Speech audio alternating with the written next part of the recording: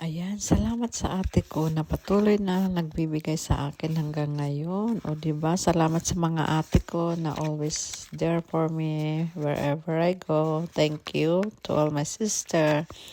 Tapos ito na nga, ito first time kong naka-receive ng mamahaling pabango. O di ba? Nakatanggap din tayo. Makapabango na din tayo ng mamahalin. Kay hindi pa ako bumibili ng mamahalin. Bumibili lang ako ng tag $7. O diba?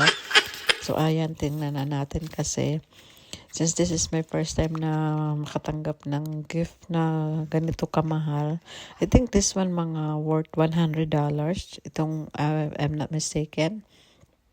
Yung ganitong klaseng Gucci perfume. O diba? Napakagalante ng ate ko. Pabango lang yan.